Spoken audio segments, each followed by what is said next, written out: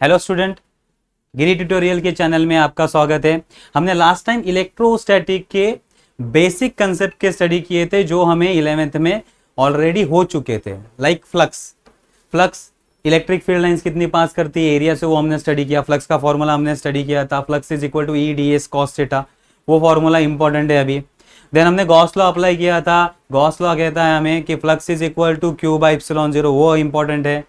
तो ये सारे फॉर्मूले यूज करके अब हम नेक्स्ट एप्लीकेशन स्टडी करने वाले हैं। गॉस लॉ के क्या स्टडी करने वाले हैं? एप्लीकेशन। इसलिए चार्ज डिस्ट्रीब्यूशन से लेके फ्लक्स तक हमने सारा रिवीजन कर लिया है पहले लेक्चर में।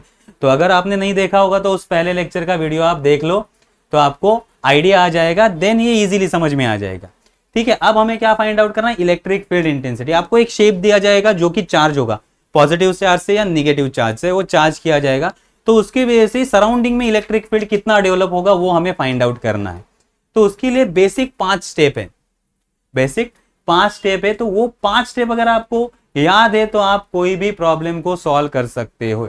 और 12th में आपको सिर्फ 3 प्रॉब्लम है जो कि electric field intensity find out करने के लिए दिए गए। एक तो स्पेरिकल शेल है, दूसरा लॉन्ग वायर है, और तीसरा है प्लेन शीट, इनफाइनाइट शीट। तो इन तीनों में से एक क्वेश्चन पूछा ही जाता है 12th में। तो पहले इन स्टेप को हम समझ लेते हैं। So common step involving the calculating of electric field intensity. Electric field intensity को कैलकुलेट करने के लिए कौन कौन से स्टेप है वो हम स्टडी कर लेते हैं। तो हमारा पहला स्टेप है चार्ज डिस्ट्रीब्यूशन। हमें चार्ज डिस्ट्रीब्यूशन को आइडेंटिफाई करना है, और हमने 3 टाइप के चार्ज डिस्ट्रीब्यूशन का स्टडी किया है। फर्स्ट, लीनियर चार्ज डिस्ट्रीब्यूशन और लीनियर चार्ज डेंसिटी जिसे बोलते हैं। दूसरा हमने स्टडी किया है सरफेस चार्ज डिस्ट्रीब्यूशन या surface charge density. And third, volume charge distribution या वॉल्यूम चार्ज डेंसिटी। तो हमने linear charge density, surface charge density और वॉल्यूम चार्ज डेंसिटी का ऑलरेडी स्टडी कर लिया है। अभी जो हमें यूज करने वाले हैं ये 2, लीनियर चार्ज डेंसिटी और सरफेस चार्ज डेंसिटी का ज्यादा यूज है, वॉल्यूम चार्ज डेंसिटी का यूज नहीं है। तो हमारा पहला स्टेप, जब भी आपको किसी ऑब्जेक्ट का इलेक्ट्रिक फील्ड, ये ऑब्जेक्ट की वजह से इलेक्ट्रिक फील्ड फाइंड आउट करना है, तो उस ऑब्जेक्ट के कौन सा चार्ज डिस्ट्रीब्यूशन है उसको आइडेंटिफाई करना है। सरफेस चार्ज है, लीनियर चार्ज है या वॉल्यूम चार्ज है, वो आइडेंटिफाई हो गया। उसके बाद सेकेंड स्टेप है हमारा अप्लाई गॉस लॉ।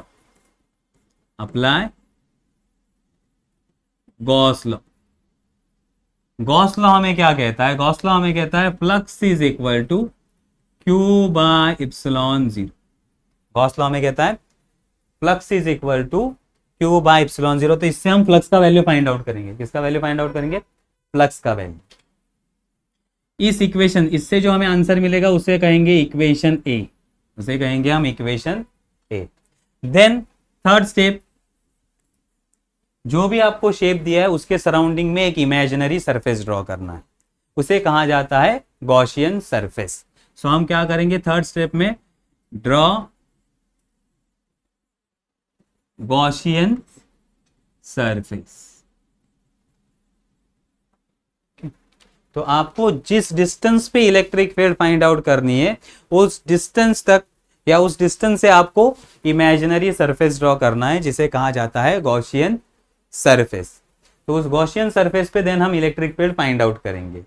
उसके बाद अब हमारे पास गॉसियन सरफेस ड्रॉ कर लिया, उसके बाद उस गॉसियन सरफेस पे कितनी इलेक्ट्रिक फील्ड है उसको हम कैलकुलेट करेंगे।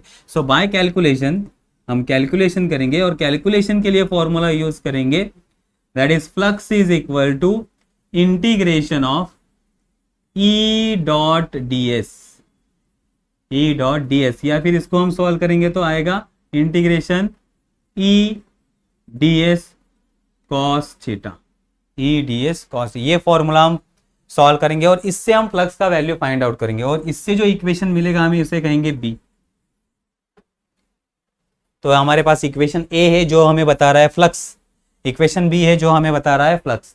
देन दोनों भी फ्लक्स बता रहे हैं, तो हम क्या करेंगे 5 स्टेप में? Compare equation A and equation B. Equation A और इक्वेशन बी को हम क्या करेंगे, कंपेयर करेंगे और उसके बाद हम इलेक्ट्रिक फील्ड फाइंड आउट करेंगे। अब 5 स्टेप मैंने एक्सप्लेन किए। आप कहोगे कि सर ये 5 स्टेप है क्या, कुछ समझ में नहीं आ रहा है। ठीक है, अब ये समझने के लिए थोड़ा सा एक एग्जांपल लेते हैं, तो एग्जांपल से और क्लियर हो जाएगा।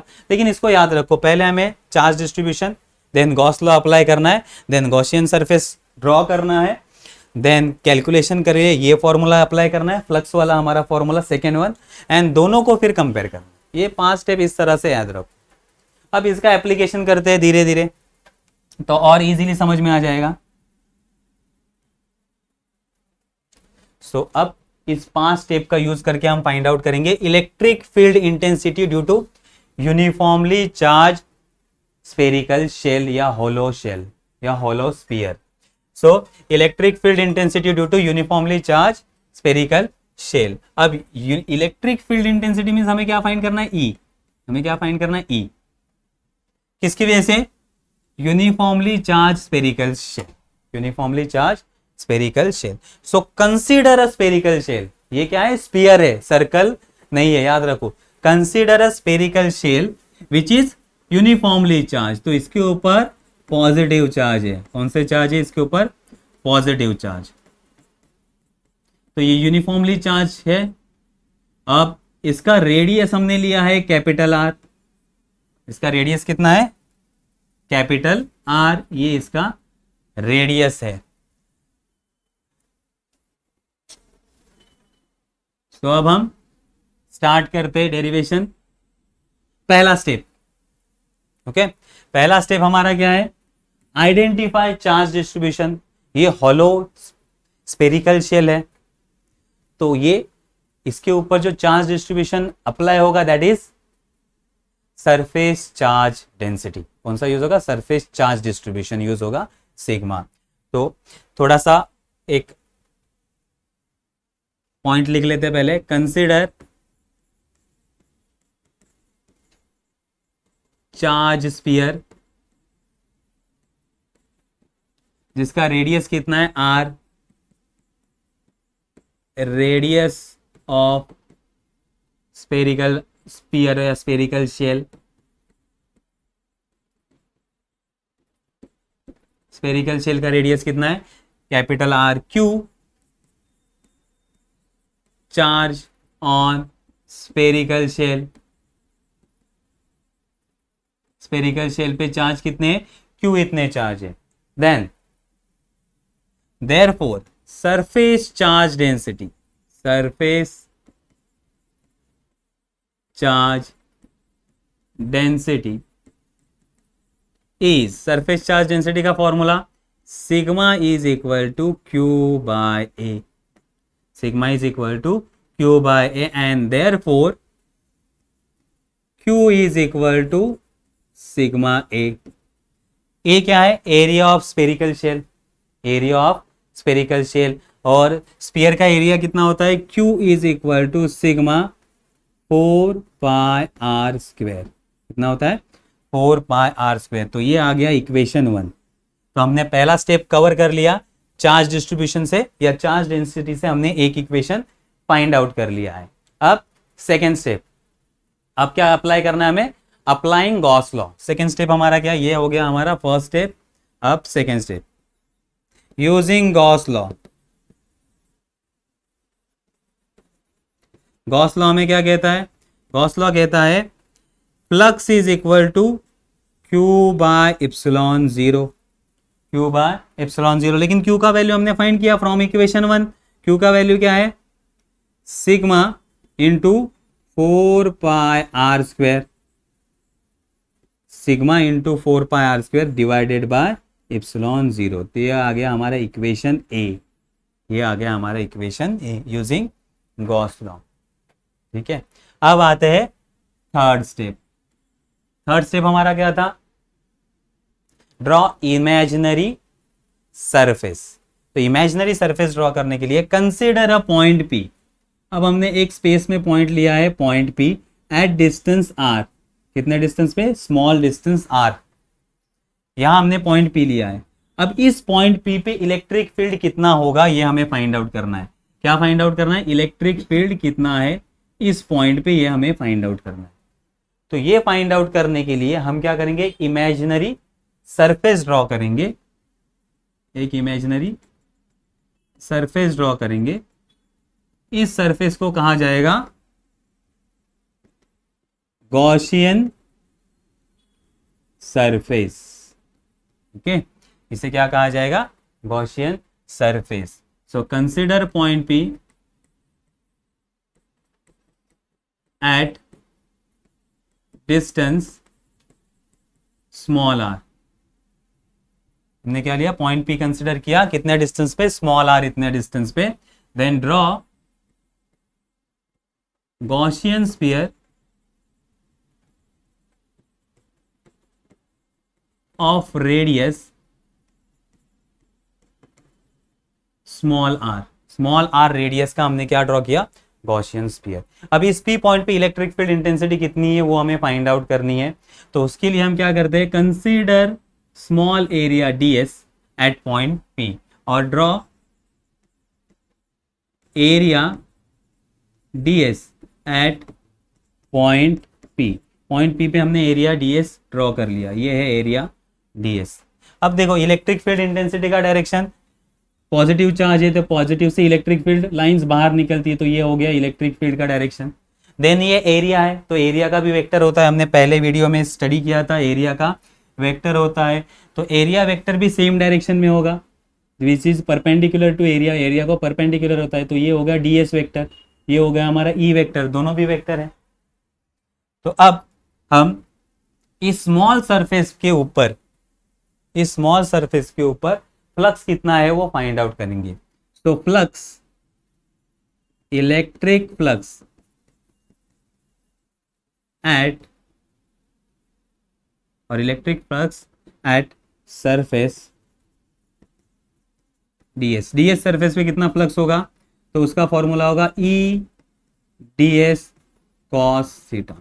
इससे फाइंड करेंगे हम E ds cos theta, and theta is angle between E ds, और E और ds दोनों में एंगल कितना है? 0। So theta is angle between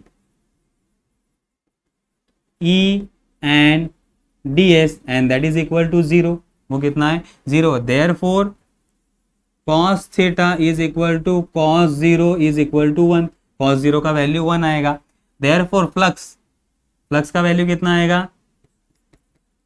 flux through area ds is equal to E dot ds। तो इस एरिया में से कितना फ्लक्स पास करेगा? E डॉट ds, इतना फ्लक्स इस स्मॉल एरिया में से फाइंड करेगा। लेकिन ऐसे बहुत सारे एरिया हैं, ऐसे हम बहुत सारे एरिया ले सकते हैं, और अब इस सारे एरिया को अगर हम ऐड कर देंगे तो इस टोटल सरफेस में से कितना इलेक्ट्रिक फील्ड पास होगा वो हमें मिल सकता है। क्यों फाइंड आउट करना है? कि क्योंकि पी पॉइंट कितने डिस्टेंस पे? r, तो r डिस्टेंस यहां भी हो सकता है, r डिस्टेंस यहां भी हो सकता है, r डिस्टेंस यहां भी हो सकता है, तो कोई कहीं भी हम पी पॉइंट ले सकते हैं। तो ये स्फेरिकल शेल है, तो r इतने डिस्टेंस पे हर जगह इलेक्ट्रिक फील्ड क्या रहेगा? कांस्टेंट रहेगा। तो हमें इलेक्ट्रिक फील्ड सब जगह फाइंड आउट करना होगा। तो इसके लिए क्या करना होगा? ऐसे स्मॉल ds के एडिशन करने पड़ेंगे, और जब ये एडिशन होता है और सरफेस अगर कंटिन्यूअस हो तो हमें इंटीग्रेशन लेना पड़ता है। तो total flux passing through Gaussian surface is given by, okay. अब हम फाइंड करेंगे total flux. So total flux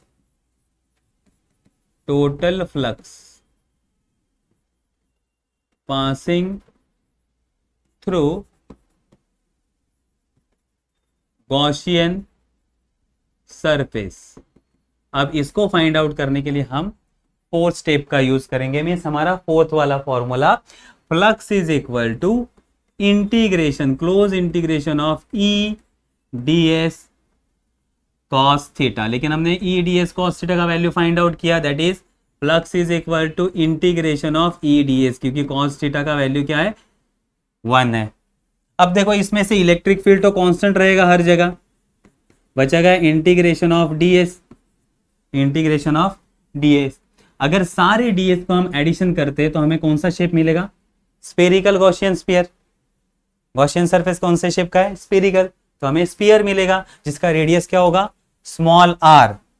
तो total area, therefore total ds is equal to flux is equal to E 4 pi small r square। 4 pi small r। ये मिल गया हमें equation B. ये मिल गया हमें इक्वेशन बी। अब हमने इक्वेशन ए फाइंड आउट किया था, इक्वेशन बी भी हमारे पास आ गया। देखो अब हमारे पास इक्वेशन ए है और हमारे पास इक्वेशन बी है। दोनों को अब हम क्या करेंगे? कंपेयर करेंगे। दोनों को इक्वेशन को कंपेयर, क्योंकि ये भी हमें फ्लक्स बता रहा है, वो भी हमें फ्लक्स बता रहा है। तो कंपेयरिंग इक्वेशन 4 एंड और A and B, comparing equation A and equation B. Equation B क्या कहता है हमें? E into 4 pi R square, और इक्वेशन ए अगर आप देखें तो क्या है? Sigma by epsilon 0, sigma divided by epsilon 0 in bracket 4 pi capital R square. 4 pi capital R square. और हमें फाइंड क्या करना है? Electric field intensity. Therefore E is equal to sigma epsilon 0 4 pi capital R square divided by 4 pi small R square. 4 pi cut, so बचा क्या? E is equal to sigma by epsilon 0 R square. ये आ गया हमारा electric field intensity. तो हमने 5 step use किए, ये हमारा 5वां स्टेप था कंपेयर करके। तो अब 5 स्टेप आपको समझ में आ रहे होंगे कि कैसे हमने इसको सॉल्व किया। ठीक है, ये 5 स्टेप से हमें इलेक्ट्रिक फील्ड इंटेंसिटी मिल गई। अब इलेक्ट्रिक फील्ड इंटेंसिटी के लिए 2 केसेस है। अगर ये हमारा स्फीयर है जिसका रेडियस r है और P पॉइंट भी हम यहां लेते हैं, P पॉइंट भी यहां लेते, तो स्मॉल r का वैल्यू क्या हो जाएगा? Capital R। दोनों इक्वल है। So case 1, if small r is equal to r, means point P हमने कहा लिया? सरफेस पे लिया, सरफेस ऑफ स्फेरिकल शेल। तो सरफेस ऑफ स्फेरिकल शेल पे इलेक्ट्रिक फील्ड इंटेंसिटी कितनी होती है? E is equal to sigma by epsilon 0 r divided by r। अब r की जगह क्या लेंगे हम? Capital R। तो ये r कट हो जाएगा। So E is equal to sigma by epsilon 0। ये होता है electric field intensity on surface of spherical shell. ठीक है, ये हो गया सरफेस। अगर हम इसके अंदर आते हैं, अब स्फेरिकल शेल, उसके ऊपर पॉजिटिव चार्ज है, इसका रेडियस है r। रेडियस कितना है? r। और हम पॉइंट P अंदर लेते हैं। पॉइंट P कहाँ लेते हैं? अंदर। So if case second if r is less than capital R, r is less than capital R। अब देखो अंदर ये स्फेरिकल शेल क्लोज है तो चार्ज ऊपर ही रहेंगे, अंदर इसके कोई भी चार्ज नहीं रहेगा। अंदर इसके कोई भी चार्ज नहीं रहेगा। तो charge Q inside spherical shell के चार्ज कितना रहेगा? 0। तो सिग्मा का वैल्यू भी क्या हो जाएगा? 0। Sigma is equal to 0 and therefore electric field intensity inside hollow sphere is equal to 0। तो इनसाइड कोई भी इलेक्ट्रिक फील्ड इंटेंसिटी नहीं रहेगी, इलेक्ट्रिक फील्ड इंटेंसिटी नहीं रहेगी। तो ये हमने हॉलो स्फीयर का इक्वेशन सॉल्व किया यूजिंग 5 स्टेप। तो ये समझ में आया? हमने 5 कॉमन स्टेप का स्टडी किया, देन उसका यूज करके हमने स्फेरिकल शेल का इक्वेशन फाइंड आउट किया 5 स्टेप से। पहले हमने चार्ज डिस्ट्रीब्यूशन फाइंड आउट किया, उसके बाद गॉस लॉ अप्लाई किया, देन इमेजिनरी सरफेस लिया, उसके ऊपर हमने कैलकुलेशन किया, उसके साथ यूजिंग हमने कैलकुलेशन किया, उससे फ्लक्स का वैल्यू निकाला, देन दोनों इक्वेशन को कंपेयर किया, उससे हमने इलेक्ट्रिक फील्ड को फाइंड आउट किया उस दोनों इक्वेशन से। तो ये इंपॉर्टेंट टॉपिक है 12th के लिए, इसका प्रैक्टिस करना। आगे भी इलेक्ट्रिक फील्ड इंटेंसिटी हम फाइंड आउट करने वाले हैं, तो इसका रिवीजन करना, अच्छे से नोट्स बनाना। ठीक है, थैंक यू।